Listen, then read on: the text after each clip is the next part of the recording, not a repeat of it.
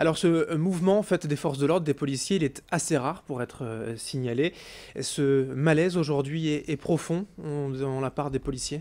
Oui, tout à fait. Bah, comme vous venez de le signaler, hein, il est très rare parce qu'en plus, c'est le rassemblement de toutes les corps de la police nationale, du gardien de la paix jusqu'au commissaire de police. Aujourd'hui, il y a un mal-être certain. Donc, pour pouvoir le dénoncer, le mal-être ainsi que les mauvaises conditions de travail des policiers, nous avons faire une manifestation Oui. devant les palais de justice. Pour ce qui est du Nord, on sera présent sur l'île, Douai, Valenciennes, Dunkerque. Parce que c'est la justice en fait contre qui vous en avez aujourd'hui, l'institution judiciaire. Bah, aujourd'hui, l'institution du CER nous aide pas beaucoup dans notre travail, hein. Elle nous a plutôt alourdi les procédures. Nos collègues passent énormément de temps à faire, si je peux dire ça comme ça, de la papasserie et beaucoup moins sur le terrain. Et quand on voit que les délinquants ressortent aussi vite, les peines nous paraissent un peu légères par rapport des fois aux faits commis. Oui, il y a des conditions de travail difficiles également, et des séries de violences envers les forces de l'ordre ces derniers temps. Et puis bien sûr, hein, ce collègue Yann en région parisienne, âgé de 36 ans, donc, qui a été lourdement blessé la semaine dernière. C'est ce que vous dénoncez en fait, cette réforme pénale, un peu de laxisme de la part de la justice? Oui, parce que bon, malheureusement, notre collègue Yann aujourd'hui est en train de lutter entre la vie et la mort. L'auteur de ces faits est quand même un multirécidiviste. Il avait eu une permission de sortie malgré son dossier. Et il a malheureusement réitéré les faits, hein, comme vous avez pu le constater. Et nous, ce qu'on veut surtout, c'est qu'il y ait un suivi très sérieux dans ce domaine-là. On ne peut pas laisser des gens avec une certaine dangerosité, en plus quand ils sont connus sur d'autres faits, en liberté pour après apporter atteinte à des personnes. En fait, vous demandez plus de moyens en fait, pour répondre tout simplement à ce que l'on vous demande de faire votre métier? Oui, tout à fait, plus de moyens. Les moyens en termes de justice, c'est-à-dire la réponse pénale, elle doit être en adéquation par rapport aux faits commis.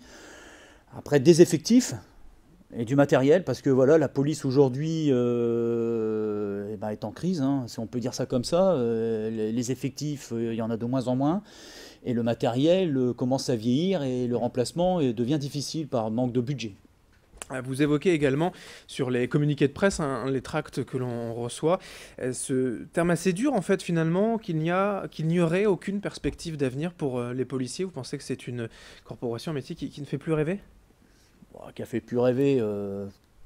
Ah, oui, faut dire aujourd'hui, le policier, on l'a connu tout au début de l'année avec les attentats de Charlie Hebdo, hein, on était entre guillemets des héros. Aujourd'hui, on a l'impression d'être un peu oublié. Les violences envers les policiers sont de plus en plus fortes. Les réponses pénales par rapport à ces violences contre les policiers sont maigres. Nos collègues ont l'impression que rien n'est fait pour eux. Donc après, forcément, quand la police n'est plus respectée sur le territoire, que l'autorité n'est pas non plus respectée, ça donne pas forcément comment dire ça, des vocations pour que des jeunes puissent rentrer dans la police en sachant que déjà, auprès des médias, on voit qu'elle n'est pas respectée en tant que telle.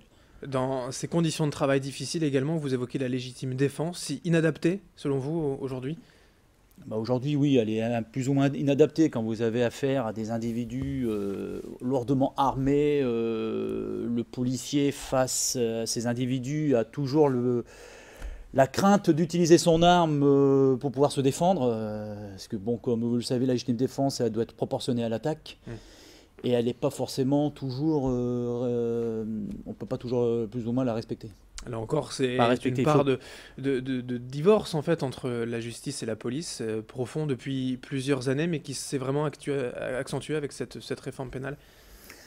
Bon, un divorce, moi je dirais qu'il faut peut-être se réunir, de remettre sur table exactement les problèmes que rencontrent les policiers et les gendarmes au cours je veux dire, dans leur dossier.